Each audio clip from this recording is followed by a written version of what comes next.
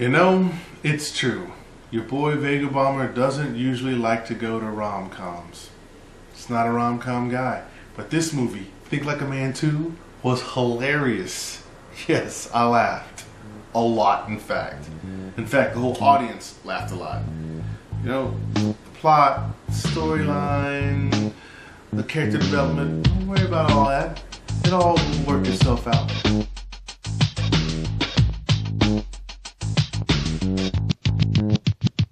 Yo, it's your boy Vega Bomber. Man, you know what I thought of Think Like a Man 2. Now, obviously, Think Like a Man 2, the title lets you know that this is a sequel. It's taken off from a book written by comedian Steve Harvey called Act Like a Lady, Think Like a Man.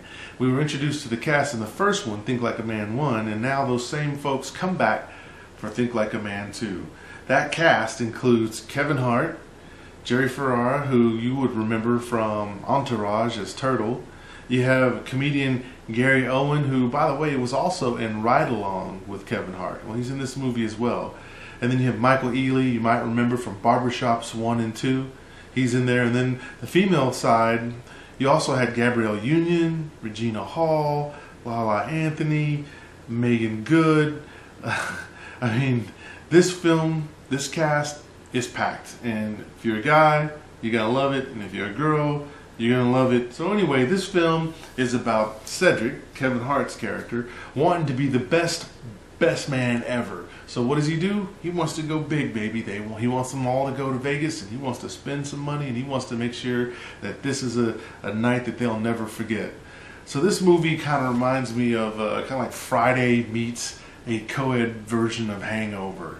I say Friday in that the two central characters were both comedians.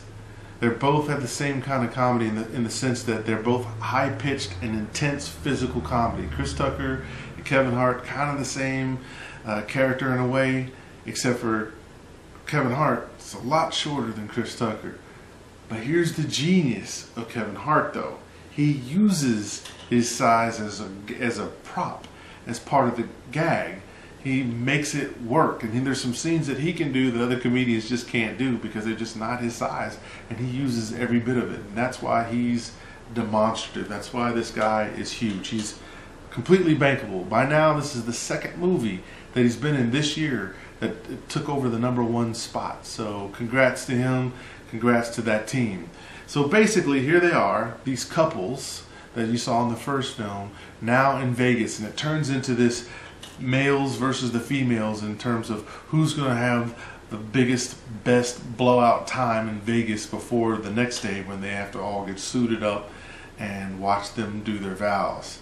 Now, the film toggles back and forth, showing you how the ladies' night is going and how the guys' night is going. And from there, that's all you really need to know. That's most of the story. So just set your brain on numb and just go and laugh, because that's what you're going to do. You're going to laugh at these scenes. So what are my props? What did I like about this film? Well, first of all, I like the cameos. I think the cameos served themselves well in this film, and each one of the cameos is hilarious. I won't tell you who they are, but when you see the scenes and the cameos come up, you're laughing the whole time during that whole skit, because it's hilarious. A second prop I like for this movie is I liked how when it toggled back to the women and showed them, they were equally as funny as the guys were. So that kind of squashes that notion that only guys can be funny. The females were equally as funny in here. And in fact, they had a scene stiller as well in terms of them being at a club and all of a sudden they break out into a 90s song that we all know and love very well. And they break out video style in that. That scene will put you on the floor. It's hysterical. It just is. You can see why real quickly putting this cast together that they must have had a lot of fun shooting this film. The third reason that I like this film, or third prop to this film, is I like seeing a multicultural group hanging out. You had a white couple, you had an interracial couple, and you had 3 black couples all together having fun. And then what was fun about it was their differences in the way each was interacting to Vegas. Each had their own way of how they looked at Vegas, and that was fun, stereotype or not. Most movies are stereotypes anyway, so as long as the intent is good, I don't have a problem with it. And you won't either when you see this movie. You'll see the scenes that are benefiting from having a multicultural cast, because otherwise some of the gags wouldn't work. Now, there is an eye roll in this film, and I would say it's just like this. And I got this rule. You know, if you're a funny movie, be funny. Be comedic and stay funny. Just do that.